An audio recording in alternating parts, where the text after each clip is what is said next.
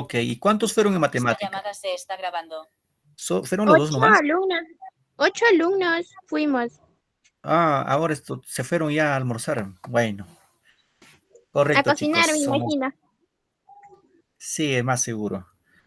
Muy bien, chicos. Entonces vamos con nuestra clase del día de hoy. Bueno, en este caso hemos cambiado un poco el horario. Ustedes están desarrollando el tercer bimestre. ¿Qué implica en este caso desarrollar todo este mes, no? El tercer bimestre corresponde a este mes. Terminan ya ustedes el cuarto de secundaria. Y solamente les quedaría el último grado, que es el quinto. Sí, chicos, entonces vamos con nuestro tema del día de hoy. Un ratito voy a presentar la pantalla, por favor.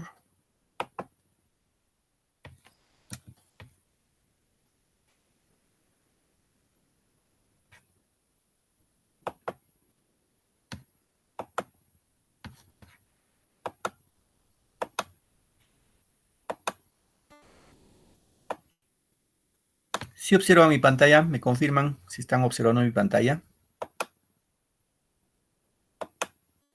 Sí, profesor. Ok, gracias. Muy bien, chicos, en este caso vamos a desarrollar netamente lo que es esta parte, este bloque que vamos a hacer 3 clases de literatura y una clase de razonamiento verbal. Con eso vamos a finalizar este cuarto de secundaria. Ya, chicos, entonces vamos con nuestro tema. Vamos a platicar el día de hoy del realismo, ¿sí? Del realismo peruano y que corresponde ya a la época republicana dentro de la literatura peruana. Bien, poco vamos a participar. Bueno, somos, un ratito voy a ver quiénes estamos en clase.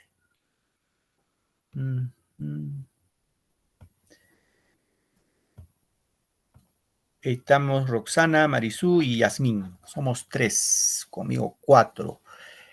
La pregunta.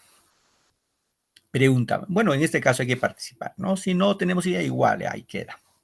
Dice, ¿a qué personaje observamos en la imagen número 1? A ver, ¿quién será ese personaje que vemos en la imagen que está ahí? Buen día, profesor. Hola, José Luis. ¿Cómo estás? Hola, profesor. José? Bien, profe, bien, ¿y usted? Muy bien, bien también, hijo. Bien, te estábamos esperando, pero como no llegabas, dijimos, vamos a arrancar porque José se ha ido a comprar pollo para el almuerzo. Nada, profe, ya bien entré. Muy bien, excelente, hijo. Vamos acá, muchachos. ¿Quién es el de acá de la imagen? ¿A quién vemos en esta imagen? ¿A alguien les hace conocido esta imagen de este personaje con su bigotito así como de brochas? ¿Tienen idea quién es este personaje de la literatura peruana? Manuel González, profesor. Muy bien, Manuel González Prada. Muy bien. Y es el que dijo esta famosa frase, ¿no? Que vengan árboles nuevos a dar flores nuevas, frutas nuevas. Y la famosa frase, esto sí no se olviden, ¿eh? Es parte de cultura general, les pueden preguntar en examen cuando vas a postular, te pueden decir, ¿quién dijo la frase, los viejos a la tumba y los jóvenes a la obra? Es Manuel González Prada, ¿sí? Ahora, yo les pregunto, ¿a qué etapa de la literatura peruana pertenece Manuel González Prada? ¿A qué etapa será? A ver, le doy alternativa. ¿Costumbrismo, romanticismo o realismo? Al realismo, profesor.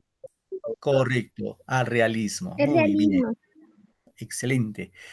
Ahora vemos, ¿qué observas en la imagen número 2? Son frases, hemos dicho, ¿no? Frases de don Manuel González Prada. La pregunta ahora un poco para reflexionar. ¿Crees que esta frase en la actualidad podemos usarlo? Los viejos a la tumba y los jóvenes a la hora, ¿podemos decir o no? Ahora, en esos No, tiempos. porque algunos se pueden ofender, profesor, cuando les dicen así, a la tumba los Ajá, viejos. muy bien. María, a ver, María, ¿qué dices, María? Para tu modo de ver, hija. Sí, profesor, ya me ganaron. Sí, esa es una palabra que actualmente las personas mayores pueden sentirse ofendidos. Por eso no se lo No se usa, ¿no? debe. Y tampoco no se lo escucha tampoco a esas frases. Ah, ok, muy bien. Marisú, para ti. Igual no podemos usarlo en los tiempos actuales. No, por motivo que en la actualidad, pues, es como una ofensa para los mayores y para la juventud también. Y entonces tenemos que utilizar otro tipo de frases para ahora. Muy bien, gracias. Muy bien. Luego le pregunto a Roxana y a Yasmín, que está muy calladita.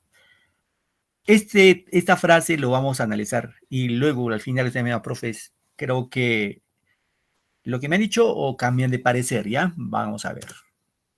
Bien, cuando hablamos de González Prada hemos indicado que hablamos del realismo peruano. Ya chicos, hablamos del realismo peruano. Muy bien. Hemos visto en el bimestre, en el segundo bimestre, hemos visto el costumbrismo, luego hemos visto el romanticismo, recordando que el costumbrismo surge en España, el romanticismo surge en Alemania y el realismo en este caso va a surgir en Francia. ¿Ya? Esto también hay que tener muy en cuenta, chicos, muy en cuenta, reitero, es parte de su cultura general. Te pueden preguntar y pues no puedes decir, ah, no, ese es mi profe flaquito que me enseñaba virtualmente, no me enseñó esas cosas. No se olviden, el realismo surge en Francia en el siglo XIX. Y el realismo es igual a la objetividad. Y cuando decimos objetividad es todo lo que va a poder observar de la realidad. Por eso se llama realismo, ¿no?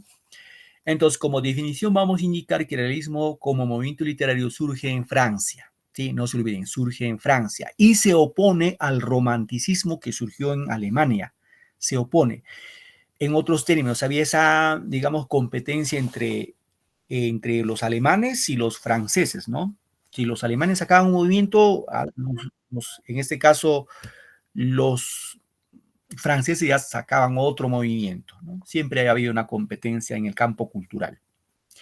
¿Qué más? Es un movimiento literario que recoge las ideas científicas del siglo XIX. Ojo, siglo XIX. ¿eh? Con este movimiento, con el realismo, finaliza pues la literatura en el siglo XIX. Y acá dice algo interesante. Dice que recoge las ideas científicas del siglo XIX. ¿Y cuáles son las ideas científicas? Sobre todo el realismo o los escritores realistas europeos, sobre todo franceses como Stendhal, Gustavo Flaubert, Honoré de Balzac, y el ruso Fedor Dostoyevsky, Anton Chekhov, entre otros, se van a apoyar de teorías científicas, como por ejemplo el positivismo, ¿no? El positivismo, que es una concepción filosófica en la cual ellos, o sea, los positivistas van a hablar de un tipo de conocimiento llamado el conocimiento posteriori y niegan todo conocimiento a priori. Cuando hablamos, cuando hablamos del positivismo y hablamos de conocimiento, nos metemos un poco al campo de la filosofía, ¿no? En este caso de la nociología, del conocimiento. Un poco para que ya tengan una idea, ¿qué es el conocimiento posteriori y qué es el conocimiento, digamos, lo que va a pregonar, ¿no? En este caso los franceses. Los románticos, digo, los realistas básicamente van a pregonar el conocimiento posteriori y niegan toda noción del conocimiento a priori. ¿Qué es el conocimiento a priori? El conocimiento a priori es subjetivo, o sea, es como una hipótesis. Es como yo podría decir, a ver, hoy día va a llover la ciudad de Huaraz, un ejemplo. Es un conocimiento a priori, pues puede ser verdad o puede ser falso. Ese tipo de conocimiento van a rechazar los realistas.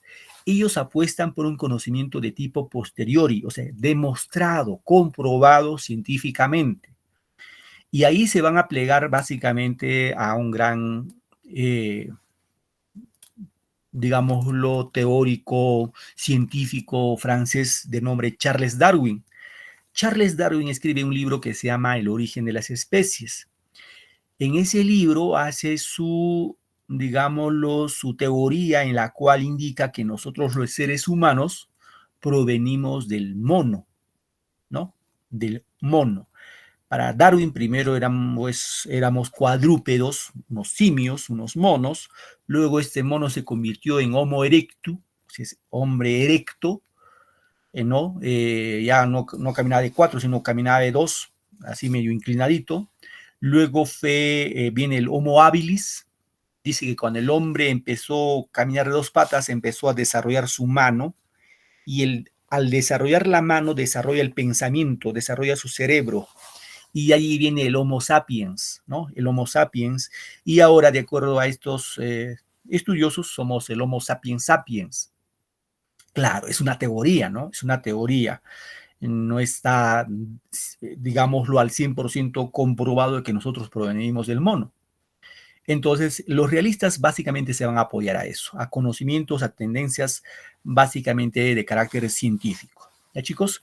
Ahora, en nuestro país, este tipo de conocimiento de que escribían en Francia, en Rusia, llegan a Perú, y en el Perú vivíamos otro contexto. ¿Qué vivíamos en el Perú? Básicamente, en el Perú se desarrollaba la guerra con Chile. Estaba ya a finales de la guerra con Chile. Y luego se vive la etapa de la reconstrucción nacional. Ustedes saben muy bien que los chilenos nos dieron nuestra katana, nos dieron nuestro merecido, y vino pues la etapa de la reconstrucción nacional, ¿no? En el aspecto social vamos a indicar que existe una crítica social, defensa del hombre indígena, del hombre campesino y del obrero, ¿no? Tanto para Manuel González Prada como de Clorinda Mato de Turner, que son los máximos exponentes del realismo peruano, son los que tienen, digamos, el valor, en este caso en nuestro país, porque este indígena, este campesino, este obrero es el que defendió nuestra soberanía en la guerra con Chile, ¿no? Obviamente ahí está presente también el tema de la corrupción. La corrupción. ¿Qué más? En el realismo peruano expresa los temas concretos de la realidad cotidiana, en este caso del nacionalismo peruano. Bien, vamos a ver aquí un poquito de las características del realismo. Chicos, ya saben ustedes que el romanticismo surge, para tener una idea, una noción, el romanticismo surge en oposición al neoclasicismo, que también es francés, ¿no? Bueno, en este caso, en el 5º año lo van a ver del neoclasicismo. El romanticismo se expande por todo el mundo y en su oposición surge el realismo. Entonces, romanticismo enfrentados al realismo, ¿no? ¿Y cuáles son las características? La oposición al romanticismo, rechazo a tono intimista. Es decir, los realistas van a oponerse a los románticos, porque recuerdan, para los románticos primero eran los sentimientos, primero era la pasión, la emoción, luego era la razón. Para los realistas no, primero es la razón, primero lo objetivo, lo que van a observar, y luego la pasión, los sentimientos. ¿Ya, chicos? Rechaza de lo pasado y lo exótico, ¿no? Y hace referencia a temas de orden social. ¿Qué más? Se escriben sobre situaciones contemporáneas, ¿no? Preocupación por la renovación del país. Y obviamente tuvo un propósito moral y social. Las obras deben transmitir ideas, y aquí surge el nacionalismo agresivo en defensa del hombre indígena, del campesino, del obrero. Muy bien, vamos a ver los representantes. ¿Ya? ¿Quiénes en este caso como máximos exponentes del realismo peruano? Hemos indicado a Manuel González Prada, ¿no? Con su mejor obra llamado Páginas Libres. Tenemos a Clorinda Mato de Turner, Ave sin nido. Mercedes Cabello de Carbonera, su obra El Conspirador. Abelardo Gamarra, con su obra 100 años de vida perdularia. María Nieves y Bustamante, con su obra Jorge, el hijo del pueblo. Luego Manuel Moncloa Covarrubias, con su obra Cromitos. Y Amalia Puga de Lozada, con su obra La felicidad. A ver, muchachos, acá lo que tenemos que tener en cuenta es lo siguiente. Dos escritores hay que manejarlo como cultura general. Así como hemos visto en el costumbrismo, a Manuel Asensio Segura y Felipe Pardo Aliaga, y no nos debemos olvidar, Asensio Segura con Ñacatita y Felipe Pardo Aliaga con El viaje. Luego en el romanticismo hemos visto a Ricardo Palma con sus tradiciones peruanas, y a Felipe Santiago Salaverry con su obra Acuérdate de mí. Igual, en el realismo hay que tener en cuenta estos dos escritores.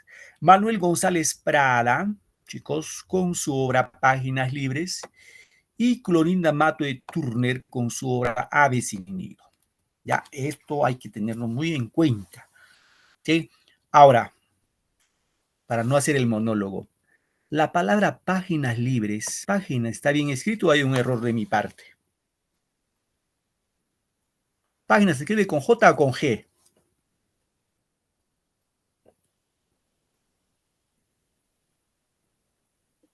Con G, profesor. Con G, profesor. Claro, se escribe con G, ¿no? Y dirán, profe, ¿por qué lo ha escrito con J? Ahora vamos a ver, ¿ya? Vamos a ver por qué está con J y no con G. Claro que página se escribe con G. Es correcto lo que ustedes me han dicho. Vamos a ver, ahí tenemos dos temas pendientes. Muy bien, vamos con Manuel González Prada, llamado el apóstol de la muerte, que es su apelativo. Otros lo llaman también el sibarita. Este personaje, González Prada, fue el hombre más culto de nuestro país en el siglo XIX. Ojo, el hombre más culto.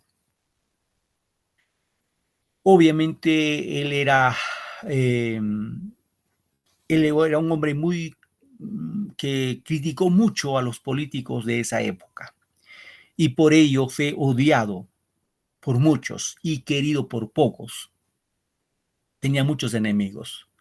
Por eso lo llamaban el sibarita, porque se supone que era pues se enfurecía, se molestaba rápidamente seguramente. Y sus amigos le decían el apóstol de la muerte.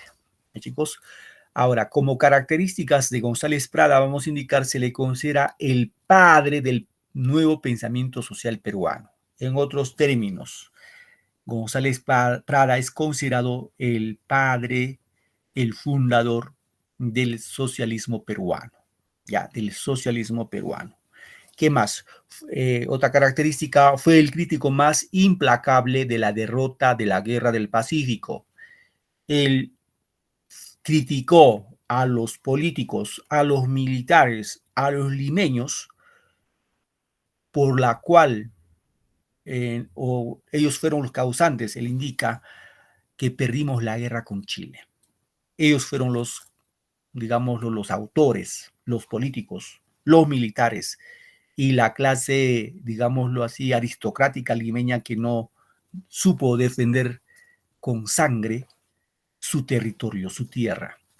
¿Qué más? Su poesía, porque también escribió poesía, es tierna y de gran fuerza expresiva. Y además, podemos decir, es el precursor del modernismo peruano. No se olviden, por favor, precursor del modernismo peruano. ¿Ah, chicos? Bien, González Prada básicamente escribe dos tipos, dos géneros, el ensayo y la lírica, la poesía en este caso, ¿no? El ensayo, aquí encontramos páginas libres, horas de lucha, bajo el oprobio, figuras y figurones, ¿no? De esos dos destacan las dos primeras, ¿ya? De esas obras de páginas libres y horas de lucha. Y en poesías destaca Exóticas, que es, ahí se muestra como precursor del modernismo peruano. También tiene baladas peruanas, minúsculas, libertarias y grafitos. Ahora aquí, vamos a hacer la precisión siguiente. Páginas, bueno, cuando yo estudiaba en el colegio, chicos, les cuento, mi profesor me enseñó igual, ¿no? Que páginas, González Prada le escribió así con J. Pero mi profe me dijo que se equivocó. Así me dijo, literal les digo, ¿no? Lo que me enseñó mi profesor. Que González Prada se equivocó al escribir el título de Páginas Libres. Ya, bueno, he crecido, yo ya soy grande, estudiado, y él no se equivocó. Él no se equivocó. González Prada no se equivocó. Y ustedes dirán, profe, ¿por qué escribió páginas con J y no con G? Y ya les dije inicialmente que González Prada era el hombre más culto del Perú en el siglo XIX, y siendo culto no se pudo haber equivocado. Es más, en el título de su libro, acá hay una explicación. ¿Y cuál es la explicación? Es que González Prada proponía, chicos, proponía que nosotros los hispanoamericanos tengamos nuestra propia norma de gramática y no dependamos de España. Ustedes saben muy bien que nosotros, los hispanohablantes, dependemos de la norma que dice España, o sea, de la Real Academia, de la RAE, Real de la Lengua Española, que su sede está en España, Y ellos nos dicen, por ejemplo, que ají, la palabra ají lleva tilde, es una palabra aguda, está normado. Entonces yo lo quiero dar la contra, pues la norma no me lo permite, porque la norma es para cumplirla. Entonces González Prada dijo, pues, ¿por qué tenemos que obedecer a España si nosotros los hispanoamericanos podemos ser nuestra propia norma? Y por eso apostaba el reemplazo de en este caso de la J, reemplazar la J a los sonidos de la G. También proponía, por ejemplo, poner tilde a la preposición a. Él consideraba, ¿no?, ponerlo al tilde. Entonces, lo que hizo González Prada es hacer una propuesta de la gramática. Obviamente que estaba yendo contra las normas de la RAE, pero ahí quedó, tuvo esa intención, ¿no? Es la explicación, ya chicos, es la explicación, no va a empezar que el profe se ha equivocado o etcétera, ¿no? Simplemente González Prada quiso establecer la propia norma, ¿no? Y así como Andrés Bello, que quiso reformar la gramática en Venezuela, igual González Prada seguramente en nuestro país. Bien, González Prada tiene una obra que hemos dicho en este caso, su mejor obra, que es Páginas Libres, ¿no? ¿Y qué es Páginas Libres? Es una obra de ensayo, es un ensayo. ¿Y qué es un ensayo? Un ensayo es en la cual, en este caso González Prada, un escritor plantea un tema, lo argumenta, defiende sus ideas, lo sustenta sus ideas y plantea alternativas de solución. En este caso, en Página Libre, González Prada lo que hace es plantear un tema. ¿Y cuál es el tema? ¿Por qué perdimos la guerra con Chile? Es el tema. El análisis de la guerra con Chile. Entonces, cuando González Prada plantea ese tema y él va a ir o va a disertar o va a realizar sus discursos en varios lugares de Lima, sobre todo en los teatros, ¿no? En el Teatro Politeama, en el Teatro Atenea, en el Teatro Olimpo, entre otros más, va a recurrir a esos espacios para convocar a los limeños y ahí disertar, ¿no? Hacer su discurso indicando por qué perdimos la guerra con Chile. Chicos, entonces, aquí vamos a hacer un pequeño extracto de lo que dijo González Prada en esos sus discursos, reitero, como eje central, como tema central, la guerra con Chile. ¿Sí? Fíjense acá, el mismo, ojo, estos son extractos de lo que dijo González Prada y se van a dar cuenta. Por ejemplo, la palabra hoy, fíjense cómo lo escribe, ¿no? ¿Cómo lo escribe? No va a empezar que bueno, nosotros escribimos con Y, ¿no? Pero ahí él escribe con la I latina. Entonces, eso hay que tener en cuenta, cómo quería reformar la lengua española, ¿no? Observen, muchachos, acá. Dice, los que pisan el umbral de la vida se juntan hoy para dar una lección a los que se acercan a las puertas del sepulcro. La fiesta que presenciamos tiene mucho de patriotismo y algo de ironía. El niño quiere rescatar con el oro lo que el hombre no supo defender con el hierro. ¿Qué más nos dice? En la otra parte, la mano brutal de Chile despedazó nuestra carne, machacó nuestros huesos, pero los verdaderos vencedores, las armas del enemigo fueron nuestra ignorancia. Esto hay que remarcarlo. Nuestra ignorancia y nuestro espíritu de servidumbre. O sea, de acuerdo a la postura de González Prada, queridos alumnos, perdimos la guerra con Chile por esos dos motivos, por nuestra ignorancia y por nuestro espíritu de servidumbre. Y vamos a explicarlo, ¿no? Y ustedes seguramente saben muy bien que la guerra con Chile fue en el año de 1879 y finalizó en 1882. Y pues hicieron añico de nosotros los peruanos. Ahora, ¿por qué ignorancia? Es que quienes fueron a defender la guerra con Chile, quienes estuvieron en el frente de batalla, no fueron pues los militares preparados. Simplemente quienes fueron a la guerra fueron hombres campesinos, obreros, ¿no? indígenas, la gente provinciana, que no tenía ninguna preparación militar y ellos fueron a frente de batalla. ¿Sí? Eso que quede claro, eso es lo que dice también González Prada, ¿no?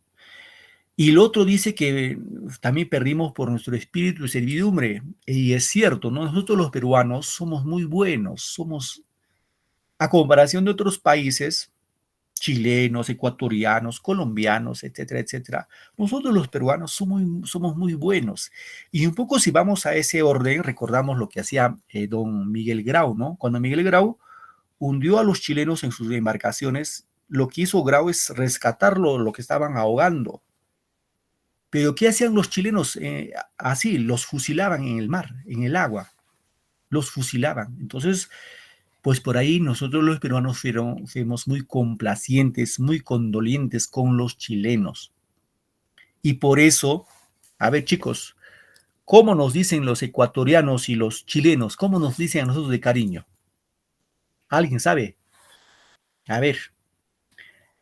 Roxana, Rosy, Marisú, María, José Luis, Yasmín, Darwin. ¿Quién me dice cómo nos llaman los chilenos y los ecuatorianos de cariño a nosotros? De cariño, no sé, profesor, cómo llamarán. ¿No tienen idea, chicos? ¿Están seguros? Yo creo que sí. Por ejemplo, nosotros a los ecuatorianos, nosotros los llamamos monos. Y tiene una razón. ¿Por qué? No es que se parecen a los monos, sino se dice que en la guerra de 1941 con Ecuador, los ecuatorianos se subían a los árboles y de los árboles disparaban a los peruanos. Y los peruanos decían, ahí están los monos en los árboles, ¿no? Entonces a los ecuatorianos nosotros le llamamos de cariño los monos. Y a los chilenos le llamamos, nosotros los peruanos le llamamos rotos. Bueno, ya saben por qué le hicimos rotos. Pero los chilenos nos dicen a nosotros, y los ecuatorianos también nos dicen, tenemos un apelativo. A ver, a los de la U, ¿cómo se les llama? A los del universitario. A ver, Creo que nos dice, profesor, así he escuchado lo que los chilenos nos dicen, y no solamente los chilenos, varios personas del extranjero, no sé si estaré de acuerdo porque así he escuchado que nos dicen come palomas, algo así. Ajá, sí, también, ¿no? Sí, sí, yo también escuché eso. Come palomas, sí, así es, nos dicen así. Pero hay otro más, pues hay otro que nos dicen, hay otro apelativo, sobre todo chilenos y ecuatorianos. ¿Saben cómo nos dicen, chicos? Nos dicen gallinas. ¿Y por qué gallinas? ¿Qué simboliza la gallina? ¿Qué simboliza la gallina, chicos? Temor a cualquier cosa, profesor. Dime, hija, no te escuché. Tener temor de cualquier profesor. Claro, el temor. Ahí está, la gallina simboliza la cobardía. Tú quieres agarrar una gallina, la gallina se va corriendo y cacareando. ¿Sí? Y nos dicen gallinas. ¿Por qué? Porque, pues lamentablemente somos cobardes y nos acobardamos frente a los chilenos. ¿Quiénes? No los provincianos, sino los limeños. González Prada dice que los limeños se metieron debajo de sus mesas y no salieron a defender en este caso a Lima. Ni Lima fueron a defender, ni su propia ciudad defendieron. La última batalla, ustedes recuerdan, es más, seguramente por la zona, por lugares donde ustedes viven, también quizás han pasado los chilenos. Por acá, por Huaraz, por el Callejón de Huaylas, también pasaron los chilenos. Y, por ejemplo, acá en la zona del Callejón de Huaylas hay varias historias, ¿no? Es que estos señores venían y en la guerra pues vale todo. Y muchas veces estos chilenos abusaban de las mujeres. Y muchas mujeres estaban seguramente en estado fértil y quedaban embarazadas de los chilenos. Y estas mujeres, por lo común campesinas, ya cuando nacía el bebé, cuando iba a registrar la partida de nacimiento, el registrador le decía, pues a ver, muy bien, he tenido mi hijo y quiero registrar la partida de nacimiento, ¿no? Entonces siempre el que registra te dice, ¿quién es el papá? Y la mujer no sabía qué responder.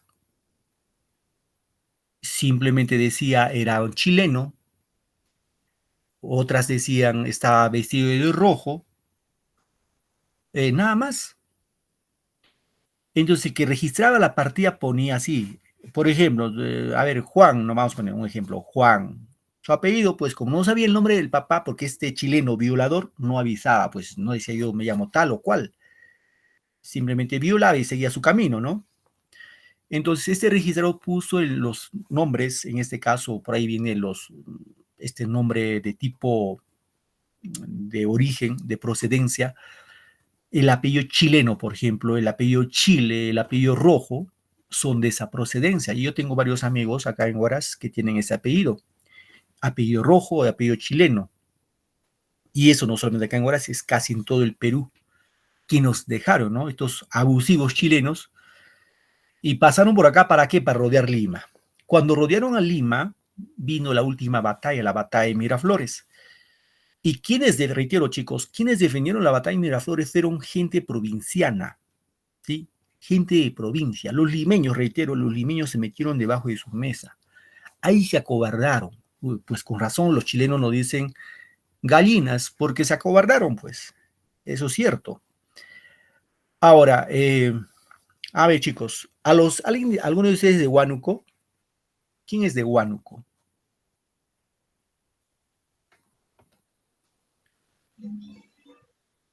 Marisú es de Huánuco. No, yo no. A ver, les pregunto, ¿cómo le llaman a los de Huánuco? ¿Tienen un apelativo los huanuqueños? Hay un grupo todavía de música. ¿Saben cómo lo llaman los huanuqueños? Les llaman pata amarilla. ¿Y quiénes le pusieron ese sobrenombre a los huanuqueños? Los chilenos. ¿Por qué? Porque se dice que las mujeres de los campesinos huanuqueños, sus esposas les tejieron unas hojotas, o sea, medias de lana hasta la rodilla, pero de color amarillo. Todos los varones, todos los campesinos de color amarillo, y así fueron a luchar en Batalla de Miraflores. Entonces los chilenos decían, ahí vienen las patas amarillas. ¿Y quiénes eran las patas amarillas? Campesinos que venían a la guerra o que iban a la guerra, pero con hojotas amarillas, por ejemplo, ¿no? Entonces, hay esa frase, ¿no? Y un poco recordando, chicos, que cuando empezó la guerra con Chile, hubo un presidente peruano, escuchen bien, por favor, eso no es invento mío. Hubo un presidente peruano que se fue con, se dice, lingotes de oro, monedas, dólares, no lo sé. Se fue llevando en maletines a Europa, disque comprar armamentos, y nunca más regresó. Se quedó con todo ese dinero, todos lingotes de oro. Se quedó y no trajo ni una bala. ¿Se dan cuenta, chicos? ¿Qué tipo de gobernantes hemos tenido a través de la historia de nuestro Perú? Y seguimos teniendo hasta ahora. Ahí un poco ustedes, como jóvenes que son, tenemos que analizar nuestra realidad, ¿no? ¿Por qué el Perú, después de su independencia, que fue en 1821, y han pasado más de 200 años, y seguimos aletargados, postrados, y no hemos podido desarrollarnos como un país de primer mundo? Entonces, ahí hagamos ese análisis, ¿no? Bien, seguimos, ¿ya? ¿Qué más dice? Que vengan árboles nuevos a dar flores nuevas, frutas nuevas. Ahí lo que dice, ¿no? Los viejos a la tumba, los jóvenes a la obra. Ojo, chicos, ahí lo que llegábamos al inicio como introducción decíamos esto, ¿no? Los viejos a la tumba, los jóvenes a la obra. Esta frase no quiere decir que los viejos se vayan al cementerio, se mueran ahí. No. Esta frase quiere decir que los viejos tuvieron su oportunidad para defendernos en la guerra con Chile, pero no lograron hacerlo. Así que estos viejos tienen que ponerse a un costadito, a un ladito, y que los jóvenes asuman el rol protagónico de nuestro país para cambiar nuestra sociedad. Porque estos viejos no fracasaron, simplemente fracasaron. Entonces los jóvenes tienen nuevas ideas, ¿no? Tienen nuevas ideas, van con ímpetu y que cambien pues nuestro país. Es lo que pregonaba González Prada. Y decíamos, ¿no? Al inicio de clase, si esa frase podemos acuñarlo en la actualidad, Claro que sí, claro que sí. En nuestro país, nuestros gobernantes, ustedes también ya son jóvenes, son señoritas, ya son grandes y podemos palpar nuestra realidad peruana, ¿no? Estos, digámoslo, presidentes, congresistas, etcétera, etcétera, están ahí queriendo perpetuarse en el poder. Ahora, seguramente este año que viene, ahora en marzo, si mal no recuerdo, estoy más que seguro que van a aprobar para que en nuestro país haya la Cámara de Diputados y haya Cámara de Senadores. Estoy seguro, porque de acuerdo a la ley, a la Constitución, no hay reelección de congresistas. Pero como ahora son congresistas anónimo de diputados, van a querer ser senadores. Están buscando la forma como quedarse en el poder, los actuales congresistas. Y yo me pregunto, y ustedes se preguntarán, ¿y en nuestro país no hay personas idóneas, jóvenes, que tienen otro tipo de mentalidad, que no estén metidos en la corrupción? ¿Por qué se quieren quedar en el poder? ¿Por qué? Ahí vemos, ¿no? Ellos no van por amor de servir a nuestro país, ellos van por el amor al dinero. Entonces, estos viejos que se vayan a la tumba, pues. Y ustedes que son jóvenes, ustedes muchachos que son jóvenes, tienen que prepararse para asumir esos espacios que estos políticos que no hecho nada por nuestro país, absolutamente nada. Entonces, esta frase sí lo podemos acuñar a nuestra realidad, ¿sí? Entonces, yo les invoco, muchachos, reflexión aquí. Algún día ustedes van a ser futuros autoridades de vuestros pueblos, vuestros distritos, serán pues regidores, alcaldes, no lo sé, quizás congresistas, presidentes regionales, etcétera, etcétera. Pero, ¿qué nos está fallando en nuestro país? ¿Qué está faltando? ¿Qué cosa nos sobra? A ver, chicos, ¿qué cosa nos falta?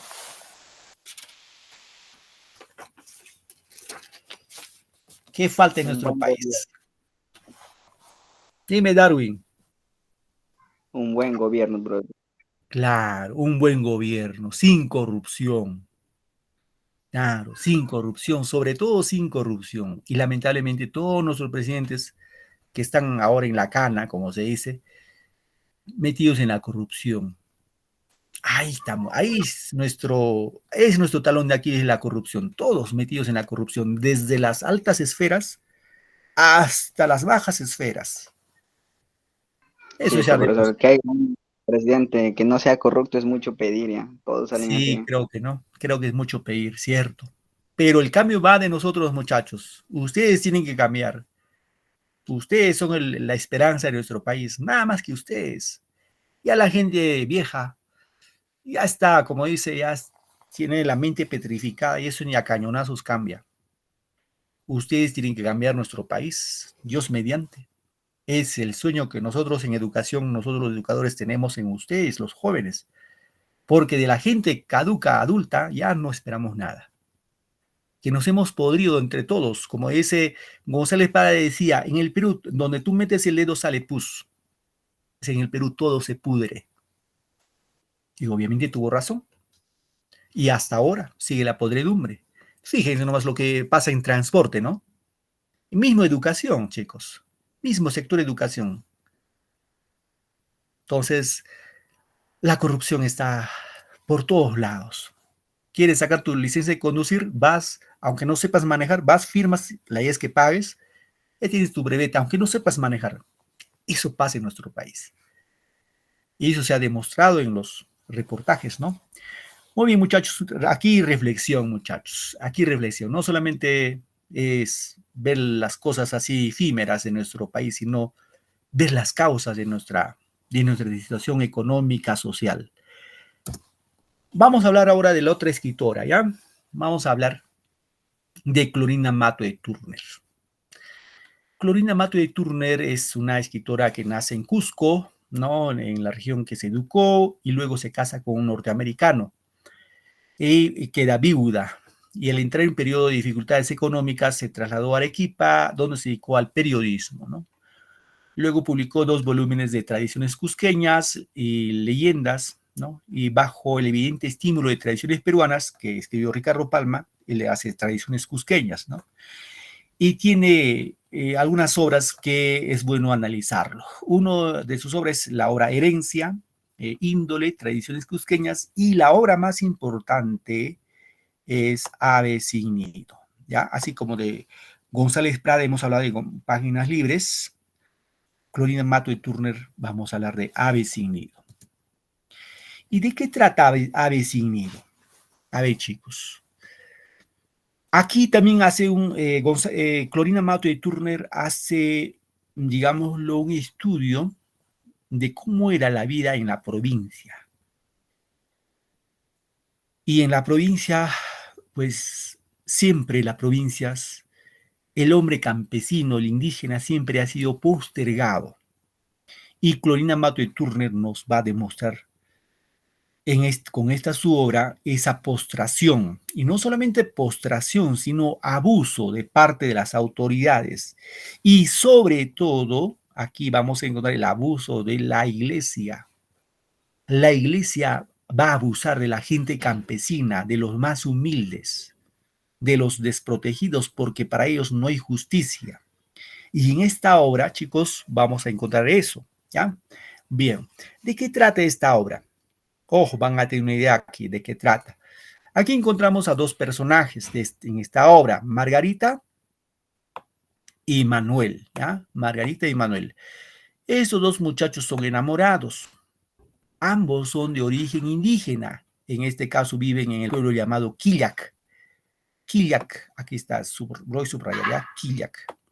Ojo, hay que, ustedes muchachitos, señoritas, a la idea que tienen ustedes son rápido captar las ideas. Te pueden preguntar en un examen, ¿cuál es el escenario de la obra Ave sin nido? El escenario, el lugar donde se desarrolla la obra es Quillac, ¿ya? Entonces, ¿qué pasó con Manuel y Margarita? Bueno. Bien, en este punto vamos a encontrar lo siguiente, ¿ya? Dice, se ven impedidos a realizar su amor, en apariencia el obstáculo que se alza entre Manuel y Margarita consiste que Manuel es hijo, ojo acá, de Sebastián Pancorbo. Manuel no es hijo legítimo, es hijo, digamos, el padrastro. Su padrastro es Sebastián Pancorbo. ¿Quién es Sebastián Pancorbo? Es el gobernador de Quillac, del pueblo de Quillac, ¿ya? Y este Sebastián Pancorbo es el instigador de una revuelta en la que murieron asesinados los padres de Margarita. Su papá de Margarita era Juan Yupanqui y su mamá era Marcelina. Entonces, primero murió Juan Yupanqui en la revuelta y tiempo después, ahí nomás murió su madre, Margarita. Ahora, ¿qué pasa acá, chicos? Su mamá de Margarita, la señora Marcela, le va a confesar. ¿A quién? Le va a confesar a la señora Lucía, porque como ya se murió su papá de Margarita, que fue Juan Yupanqui, se murió, y ella estaba agonizando, y para que no quede al abandono Margarita, porque Margarita era una niña recién pequeñita, su mamá le va a llevar a Lucía y se lo entrega, le dice, te voy a regalar, te voy a dar mi hija a Margarita para que le cuides como si fuera tu hija. Y le va a confesar, antes de morir su mamá le confiesa que su hija Margarita, su verdadero padre no es Juan Yupanqui, sino le dice, el verdadero papá de Margarita es este señor Pedro Miranda Claro. Se dirán, profe, ¿quién es Pedro Miranda Claro? Este señor era el cura, el párroco del pueblo de Quillac. ¿Y qué había pasado? De acuerdo a lo que dice, que su mamá de Margarita un día fue a confesarse a la iglesia y en esa confesión este cura bandido abusó de la señora Marcelina o de Marcela y la embarazó. Fruto de ese abuso, tuvo como producto a Margarita, pero nunca le contó a su esposo, a Juan Yupanqui, no lo dijo, pues sabes que Juan, esta hijita no es tu hija, sino es del cura, sino ella le guardó como un secreto.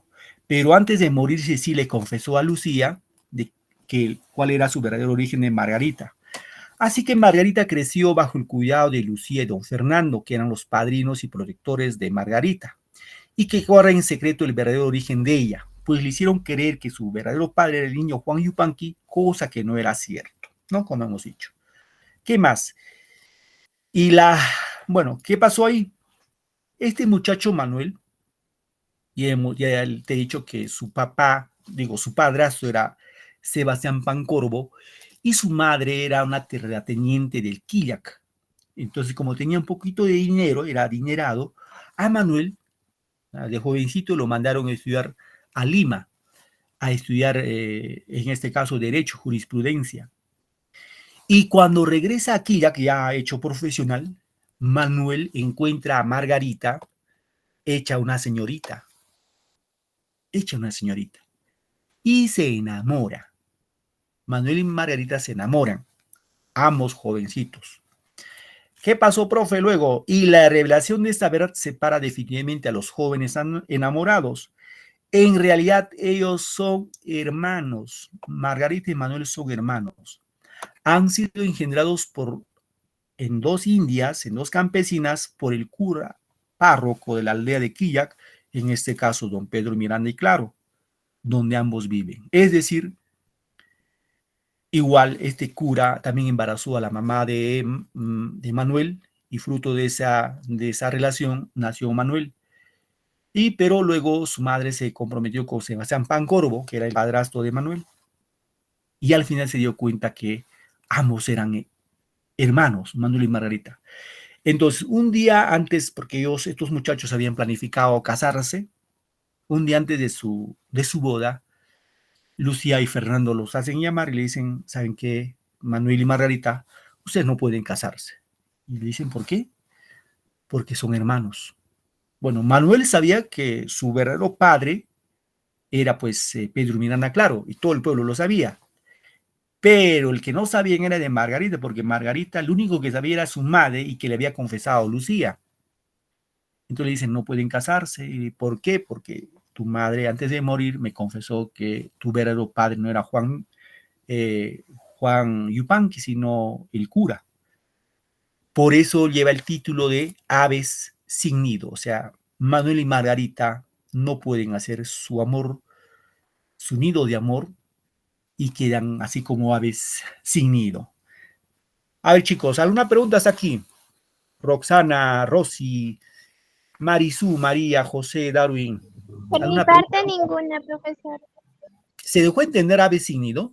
¿Lograron entenderlo? ¿O no entendieron? Si no han entendido, digan, profe, no entendí, repita otra vez. Profesor, por mí, vuelve a repetir porque está muy bonita la historia. Ya, María, a ver qué dice lo demás. Rosy, ¿estás ahí? Rosy. Está entendido, solo que la historia está muy linda. Solo que como ya había leído el libro hace años, ya sabía más o menos la historia. Pero está linda, bien. así que... Sí. Sí, muy bien, Rosy, excelente, excelente. Ya que lo ha leído, solamente hace se ha refrescado la memoria nada más, ¿no? En síntesis, ave sin nido, chicos, ave sin nido es digamos, ese encuentro en la que la iglesia en nuestro país, no solamente en nuestro país, seguramente es a nivel mundial, la iglesia, ¿ustedes creen que los curas son angelitos así incólumes, libres de pecado, llenos de virtudes? No es así. Si yo les preguntara, seguramente tuviéramos más tiempo y platicáramos este tema, pues los curitas en todas las provincias de nuestro país siempre han dejado sus hijos. Y eso, yo sé que ustedes lo saben no porque lo han visto, les han contado, siempre papá, mamá, abuelo, nos cuentan historias de estos sacerdotes que iban en los pueblos, en las comunidades, y siempre hacían sus travesuras, ¿no? Igual yo también como docente he viajado por las provincias de acá de Ancash, yo he estado por distintas provincias y he escuchado historias interesantes de esos curas. Y esto no solamente se recrea como una novela, ¿no? Decía, bueno, pues una novela y se recrea. No, recuerden que estamos en el realismo. Se supone que esa es parte de la realidad peruana, en la cual el cura, en este caso el párroco, así como el gobernador, estas autoridades en cada comunidad siempre han tratado de subyugar, de dominar a los indígenas, a los campesinos. Como no saben leer, no saben escribir, pues para ellos no hay justicia, ¿no? No hay justicia, porque en ese pueblo de Quillac los campesinos tenían que pagar un tributo, y el que no quería pagar el tributo, los quitaban sus ovejitas, sus cosas, sus sembríos, se los quitaban. Entonces las campesinas o los campesinos, como le quitaban pues sus rebaños, aunque tenían que prestarse, vivían endeudados. ¿Por culpa de quién? De estos abusivos, reitero, los gobernadores, los jueces, los sacerdotes siempre han estado coludidos entre ellos y a los campesinos pues ahí sumisos, ¿no? Entonces, Clorinda Mato de Turner, chicos, hace una postura, él da una postura, dice, para que el indígena deje de ser abusado por las autoridades o por estos sinvergüenzos, solamente se va a lograr en base a la educación. Clorinda Mato de Turner dice, es en base a la educación. Solo el indígena educado va a lograr defender sus derechos seguramente, ¿no? Es la postura de Clorinda Mato de Turner. Profesor, Entonces, y en la actualidad, disculpe, y en la dime. actualidad también creo que todavía sigue sucediendo eso, ¿no? Por ejemplo, yo tengo un hijito de 13 años y creo que siempre es bueno inculcarles, no solamente que ellos busquen información, sino también contarles cómo era antes, ¿no? Quizás ahora tenemos muchísimas más oportunidades y menos excusas de decir, yo no sé esto, o sea, yo no sé qué es lo que está pasando en el gobierno, o en qué sé yo, en los estados en los colegios, cosas así, como el abuso, ¿no? Yo creo que antes el abuso hacia las personas, digamos, con menos oportunidades, era más, ¿cómo se puede decir? Era más así, no tan, ¿cómo se llama? Escandaloso, porque las personas eran, digamos, de otro tipo de educación, o sea, se avergonzaban, eran más callados, no sabían cómo defenderse, así como usted dice, no sabían leer ni nada. Entonces no tenían herramientas para poder defenderse. Ahora, en la actualidad, yo creo que sí. Ahora, igual sigue habiendo abusos, pero, o sea, abusos de todas las ramas, ¿eh? En todo sentido. Pero digamos que ya la gente, digamos, o sea, tiene más